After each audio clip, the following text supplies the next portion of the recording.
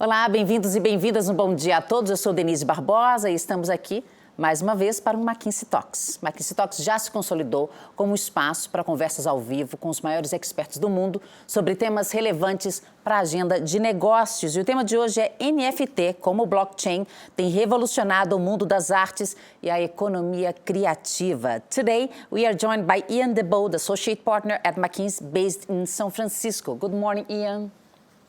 Good morning. Aqui comigo, here with me, in the studio, Heitor Martins, Senior Partner at McKinsey, based in São Paulo. Bom dia, Heitor. Bom dia a todos. And also Marina Mansur, Associate Partner at McKinsey, based in São Paulo. Bom dia, Marina. Bom dia, prazer estar aqui.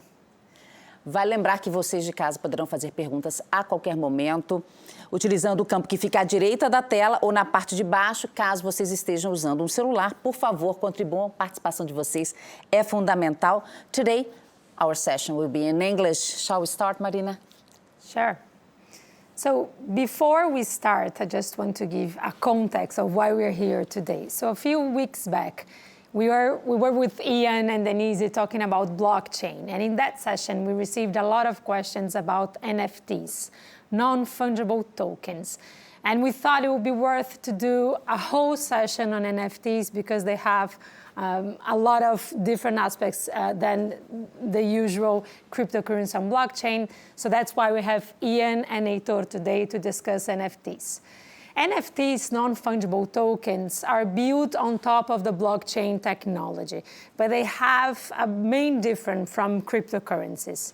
They are non-fund.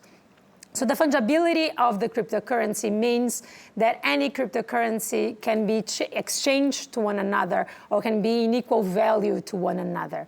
The NFTs have a unique signature that makes it impossible to be exchanged for or in equal value of something. So that's what makes NFTs unique. Now that you have the overall context of the non-fungible tokens, I want to go to our expert, Ian. I want to thank you again for joining us from San Francisco. I know the time zone, it's a little bit of nightmare, so thank you and good morning for you over there. Ian, before we start, can you give us an overall of why the NFTs grew so much in the past years, and what is the difference of what are the difference between NFTs and the overall blockchain use? Oh, happy to. The first NFT actually started, I believe, in 2014, so it's not a completely recent phenomenon. But the first time it truly hit mainstream, I believe, was in 2017 with CryptoKitties. And then now earlier this year, there was a lot of emphasis on it again, and now again in a very big way. The reason why people think NFTs are an important innovation is a couple of reasons. Number one is because you mentioned this, right? There's only really one. It's a unique representation. You can't really exchange it for anything else. As a result, it provides provable scarcity in the digital world, where otherwise making copies is extremely easy. An NFT kind of flips it on its head and gives anyone who owns the NFT actual ways to prove that they are the rightful owner of a digital piece of art. The second big piece is it provides a truly different monetization paradigm for artists and creators. We'll get into this, I think, a little bit later, but every time an NFT exchanges hands, there's a certain portion of that transaction that goes back to the original creator. It's very different than traditional art. And last but not least, the composability of the creator economy is enabled with NFTs. What that means is if someone creates a work of art or anything in gaming, a unique token there, if it is issued as an NFT on one of these public permissionless blockchains, it enables others to also build on top of that. If someone creates a profile pic NFT, there's nothing stopping another creator from taking that profile pic NFT and creating, unique digital sneakers with it, right? Such that the owner of the NFT can then mint sneakers as well. So there's just a very broad composability of the creator economy that's enabled through NFT. But Ian, why did NFT become so popular in the art world? I think that's a phenomenal question, right? Because it really took off. I'd frame it almost slightly more as that it's popular in the creator economy more broadly, not just the art world, because I think it involves components of gaming as well. But I think the reason why so many people are taking notice is first and foremost this monetization for artists that is so different, right? Right now in the traditional world, if you're an artist, you create a work of art, the moment you've sold it, you've kind of given that value to the collector, including all future value. With an NFT, you keep a royalty stream on that piece of art, no matter how many times it's created in the past, you will always get back royalties in the future. So it's a very interesting mousetrap for artists. It's also a better authentication vehicle. And as a result, it becomes a lot easier to trade. Right now, whenever there's particularly an expensive work of art, there are third-party auction houses involved, in part to verify the authenticity and also to find buyers for this piece. With NFTs, because it runs on these permissionless blockchains, all of that is kind of encompassed in one. So it becomes a lot easier to authenticate and trade. I think last but not least, what you start to see is that these NFTs are an interesting way for artists to engage with whoever holds their art. It's basically an interesting way to create community. I know of examples of artists who've issued NFTs and then have a chat group or a Discord group where you can only enter if you actually hold that NFT. It creates a completely different way to then engage with your community and for as an artist to become a lot closer to your fans. Heitor, you are a big art collector besides being a great consultant. Do you think NFTs are a big shift in paradigm in the art world, or is it just one more thing, one more creative tool to vessel art creativity? Well, Marina, first of all, the expert is Ian, not me. Okay. I look at this as a collector, as a person that works, at a museum, but I am far from being very deep on the topic. So I'll put that caveat for our conversation. I think, in a sense, it's important to separate the concept of NFT, a non-fungible token, actually from the creative process of the artist. No? Mm-hmm. One thing is digital art, no? That is typically attached to an NFT, but not necessarily. No? And digital art is a new support. It's a new medium. It's like photography. It's like film. No?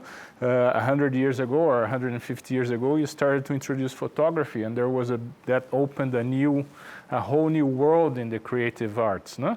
And then film in the early part of last century. No? And I think we are on the verge of a new media actually taking over. No? We're going to see more and more and more digital art, and digital art will become another support, and people will collect digital art, and it will become mainstream. No? We're seeing the early days of that. And it's very convenient to attach that to an NFT for the various reasons that Ian just described. Okay, that makes it much easier to trade. It facilitates authenticity. It ensures the uniqueness of the work, and so on. So I see a lot of benefits, and I see us at the beginning of a whole new world related to digital art and NFTs. At the same time, I don't think NFTs will replace by any means other forms of art.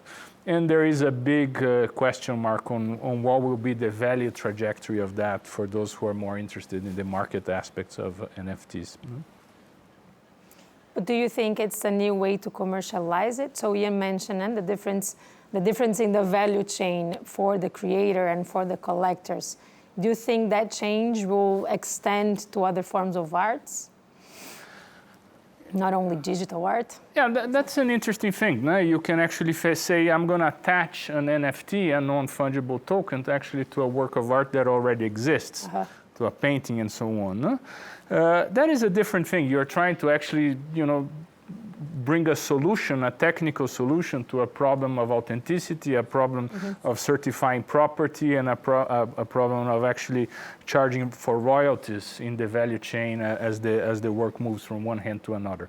NFT is one solution for that. There are other solutions for that. There are pros and cons. No? I think that is more of a processual way, and probably NFT will have a space there, no?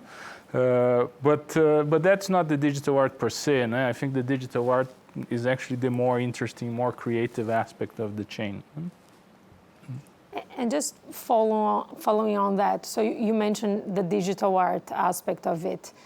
Do you think with the increase of digital art, we will see a change on the role of museums, for example? Is that a way for museums to engage with digital artists, or do you see as two completely different worlds? I actually think that as digital art becomes more established and more mainstream, museums will very likely start to collect the digital art as well. Mm-hmm. And many museums are already doing that. No? But that is no new news, no? In a sense. Okay, museums collect paintings, they collect sculpture, many museums have design sections, they have photography sessions, they have film sessions, no? And now they will have digital art departments, no? And I think that's part of the mandate of museums, no? As digital art becomes more mainstream, it's very natural that museums will extend their collections into digital art. No? Interesting. Ian, besides the art world, you mentioned creative economy, right? And this could mean a lot of things. So could you give us other examples of how NFTs are being used for other different industries? Yeah, 100%. I would say it is important to realize, though, that NFTs are still very early days, right? There are a lot of companies and a lot of creators focused on it, but the true use cases today will still fit, I would say, in the art world and perhaps a little bit increasingly in the gaming world. The art world, I think we've mentioned it before, there's the genuine works of art, ideally the ones that are generated on chain. Lots of artists really focused on it, particularly in generative long form art. You've got some artworks that are really focused on just enhancing your profile picture. Think of the CryptoPunks, so that people can have a new avatar in the metaverse. Then there's the NFTs that really focus on a whole gaming component. Think of this is a little bit the CryptoKitties, the Axie Infinity, where it's really taking games, redesigning them such that instead of the current worlds and gaming worlds that we know now that tend to be a little bit closed off, and the gaming developer is the only one who determines what happens in the game, so to speak, really turning this on upside down and creating a much more open and permissionless system where anyone, the full creator economy, can start to design NFTs that have some role and some shape in this gaming world. Outside of art and gaming, I would say it is very early days. You start to see some people thinking about using NFTs for IP protection and other components, but it is very early. But do you think it can substitute patents, for example? Or is it the same kind of usage? Could I use NFTs in any industry that nowadays we use patent, for example, in the pharmacy industry? Yeah, it's a very good question, because if you think about what a patent represents and what an NFT does, in a way, there is very clearly an overlap, right? A patent is a unique document that represents verifiable ownership of specific IP. You have gotten that certified and verified by a patent agency, that you've had to gone through a lot of steps and communications and procedures and validations, et cetera, with that patent authority in order to get it issued. That process is not going to be replaced anytime soon, even though from a technical perspective, you could easily issue that same patent on an NFT. What I do think is interesting is what an NFT allows you to do is basically, at some point in time when the NFT is minted, prove that a particular non-fungible element, could be a patent, but it could also be a trade secret. You could lock that on a public permissionless chain in an encrypted way, but as a result, prove ownership that you actually were doing that at the time. So when you think about trade secrets, which right now is a little bit of an untapped potential in the entire business world, really, trade secrets being elements that people don't want to have public, by issuing a patent on it, but it is their IP. There is an interesting application, and there's some companies working on trying to make sure that trade secrets are issued as NFTs as a way for companies to prove that at some point they were already doing this. But Ian, what's the advantage of, like, for the artist to make a music or any other product, for example, in NFTs, instead of just releasing it in the market the way people did before? Yeah, it's a great question, because I think the industry right now exists as it exists, and disrupting any industry is going to take time.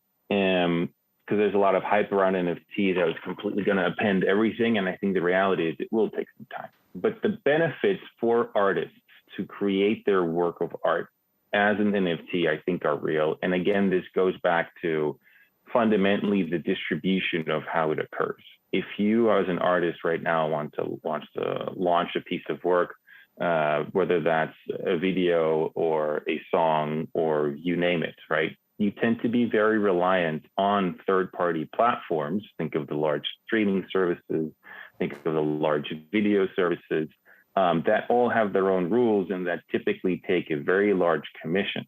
The value of your piece of work tends to aggregate in the distribution of it, not at the artist itself. Mm-hmm. What an NFT does is it kind of turns it upside down. It makes distribution incredibly easy because it happens all on these on the public and permissionless chains. You don't need a third party anymore to authenticate any of the pieces of work, because that's what the blockchain technology and NFT does. And as a result, you don't need those distribution channels as much, and the value that is created can aggregate a lot more at the artist through some of the monetization mechanisms that we've already discussed. And there is something that was very intriguing for me the other day that we were here. And actually, as soon as we finished, I asked you this question. So now I want to ask you for everybody to hear too. Because what's the appeal of buying an item like an NFT of something like a baseball card instead of buying the item itself? What's the difference for the person who is buying? Can I shift that question to Heitor? As a collector of art, do you see usually see value on buying the art and having it frame it in your house, right? To admire every time you pass in your living room. So do you? What is the value that collectors see on exactly what Denise mentioned? It buying an art that you cannot frame it, that it's not physically at your house for you to see it. Yeah. Well, first of all, I think we need to actually separate what is an NFT from what is a piece of art. No? You can actually attach baseball card, for instance, an NFT to a baseball card. That doesn't make the baseball card a piece of art. No? That makes it a collectible, and it becomes non-fungible. Yeah. No? Mm-hmm. So, and people collect many things. They collect baseball cards. Mm-hmm. They may collect, the first tweet, and it's very nice to attach the first tweet ever, to an NFT, because then you can actually put a price, and it becomes a unique asset. No? But that's not a piece of art. No? And a piece of art does not necessarily need to have an NFT. No? Those mm-hmm. You can actually create a lot of art, and you can create digital art, and actually people made that since the 60s, okay, without necessarily attaching it to an NFT. No? I think people collect, in the end, when you think about art and what you're collecting, it's not necessarily about things that you hang in your house. No?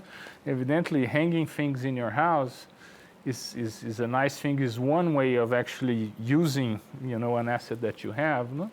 But I think most collectors, they look at pieces of art as vehicles, to actually encapsulate time. No? What brings value to a work of art is actually its ability to capture, a thought, a moment in time, and translate that over the years. No?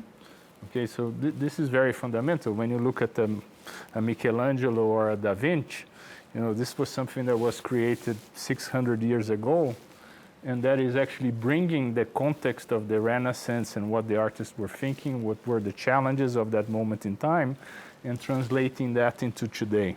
And that value exists whether it's hanging in your, in your living room, or whether it's in a museum, or whether even if the piece of art is stored and nobody is seeing that. Because 100 years from now, that piece of art will still communicate exactly the same message. No?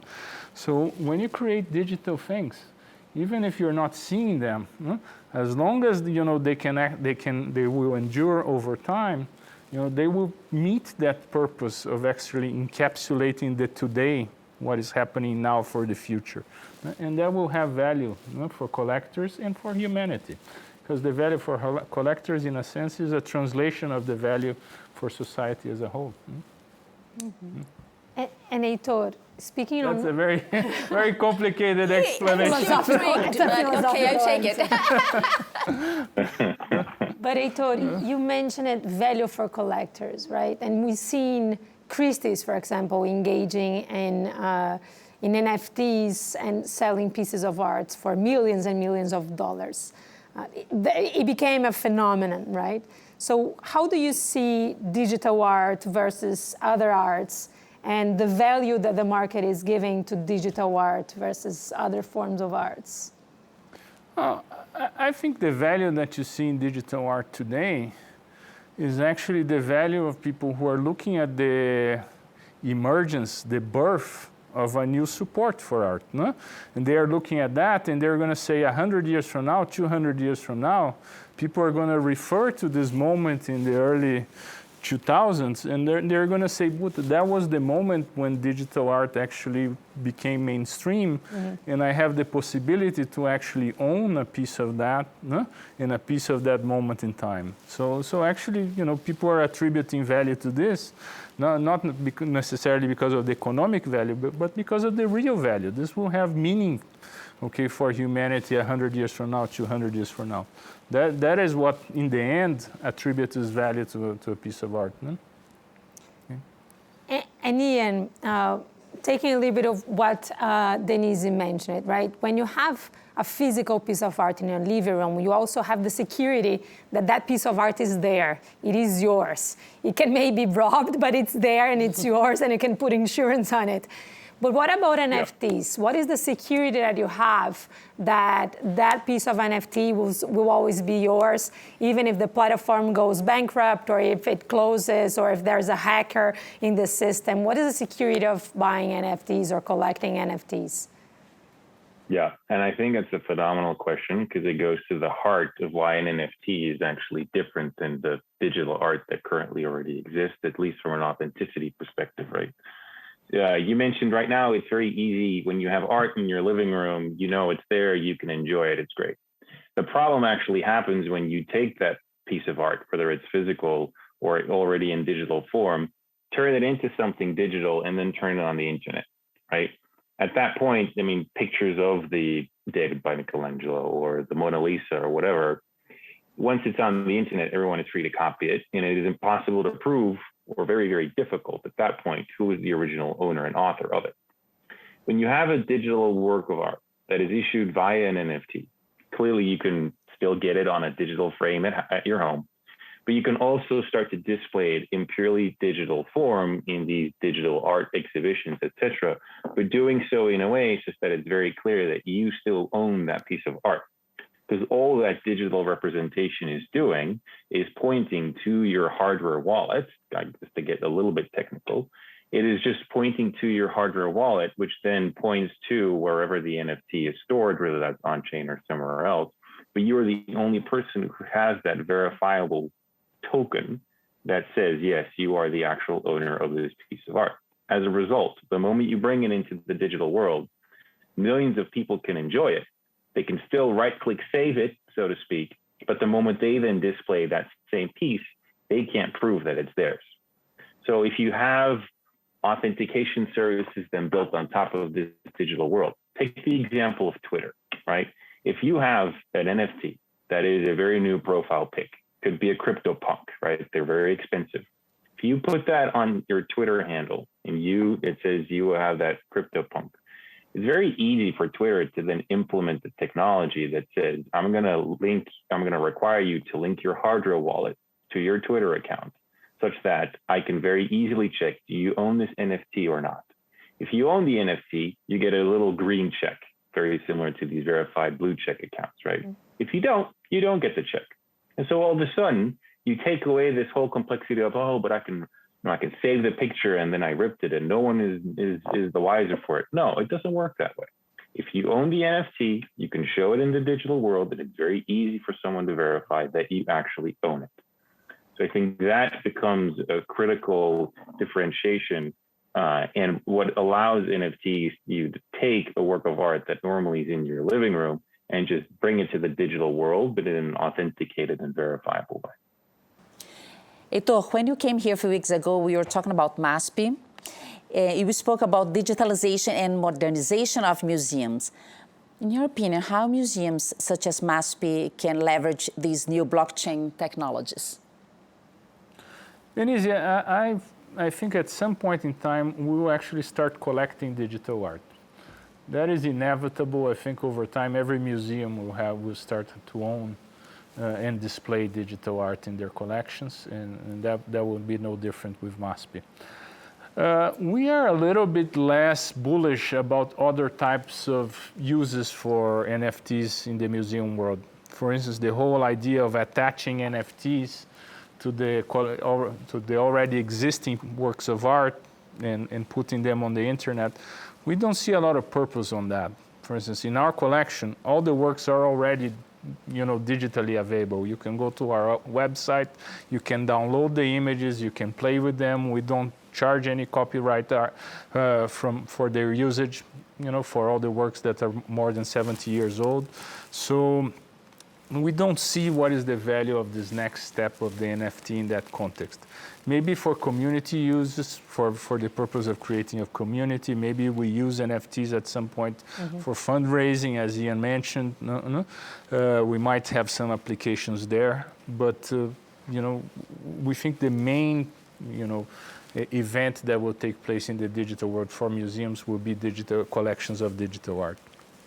But can you differentiate a little bit more digital art from any other types of arts? Is it just an art that it's on the internet? Like how do you do this? I actually think that question is really important, no? Because digital art is art that is created digitally.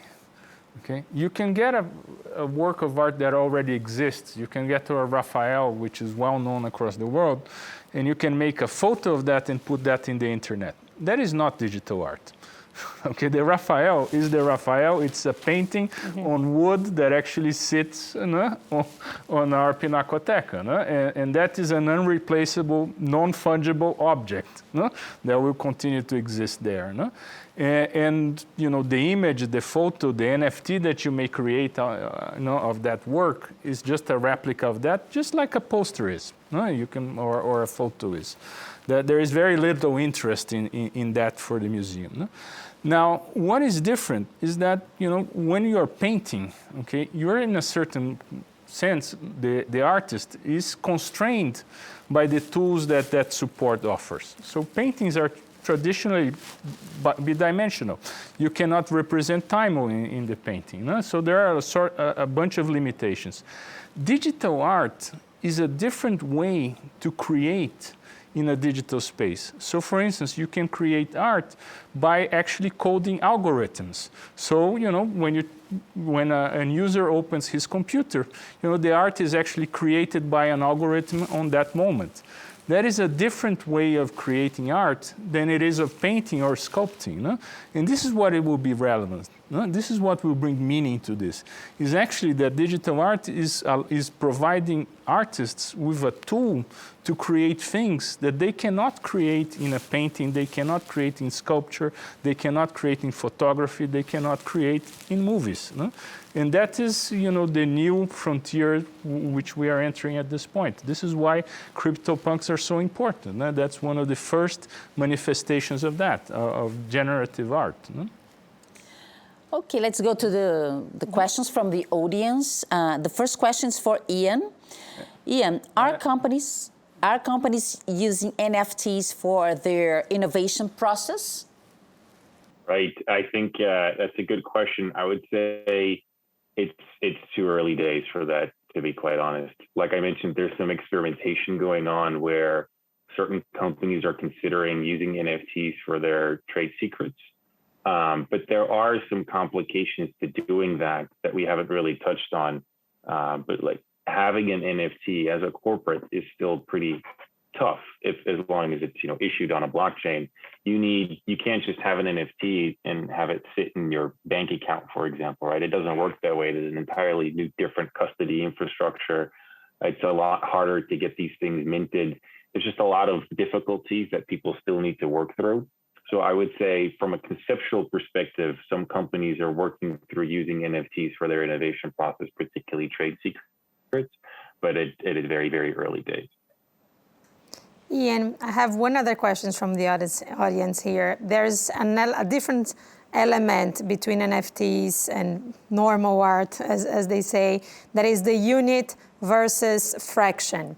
Do NFTs have to have a limit of the fractions of the art that you can buy to have value?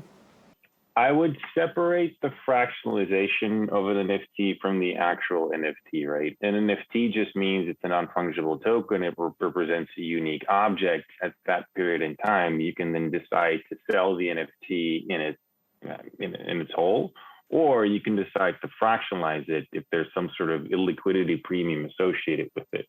So particularly if you go to the higher you go in price, right? If you go to a very expensive painting or even a very expensive building, there tends to be a illiquidity premium or discount associated with it, because the higher up you go, there's just a limited number of buyers who's willing to pay a certain amount.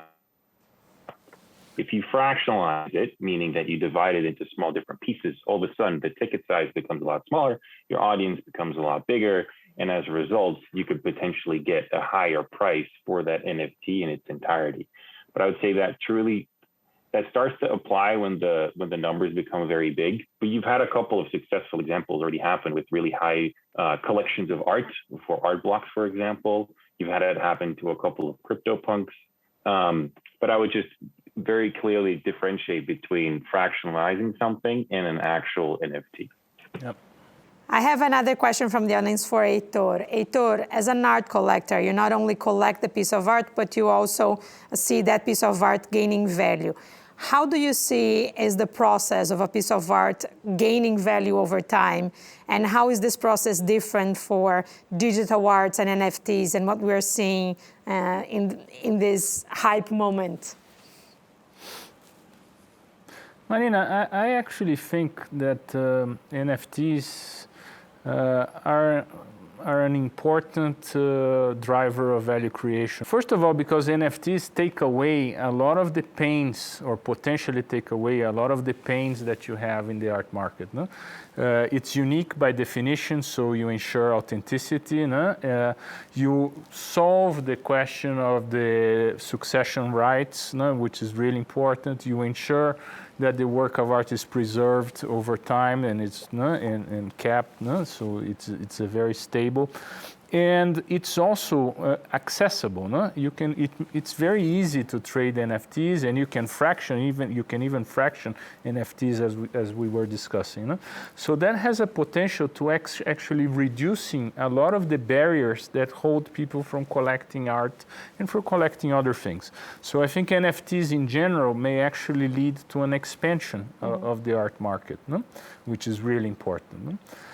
As for the value of the works, digital works that are created, I think that those, that will depend, like in any other work of art, on the quality of the artist, on the quality of the work, on how innovative it is, how much does it capture of the moment when it was created, and so on. So I think digital artists are not any different than any other artists. Okay, it's just the medium that changes. A painter actually uses paint. A photographer uses a camera. A digital artist will use a computer and sometimes will be coding. But the creative process is still very similar, even though they are using different media. And I think the drivers of value, the long-term drivers of value, will be very similar as well. Okay, so thank you so much, Ian, for this amazing conversation today. Muito obrigada também aqui a Marina, ao Heitor. Esse papo tão intrigante e tão interessante ao mesmo tempo. A você que nos acompanhou aqui nesses últimos minutos, a vocês que mandaram perguntas, super obrigada pela companhia. Para conhecer a agenda completa, vá ao do McKinsey Talks, vá ao mckinseytalks.com. Lá você vai encontrar também os episódios anteriores e nos próximos dias esse também vai estar disponível lá. E para quem curte podcast, também vai estar nossa versão em áudio no Spotify. Muito obrigada, se cuidem e até a próxima. Tchau.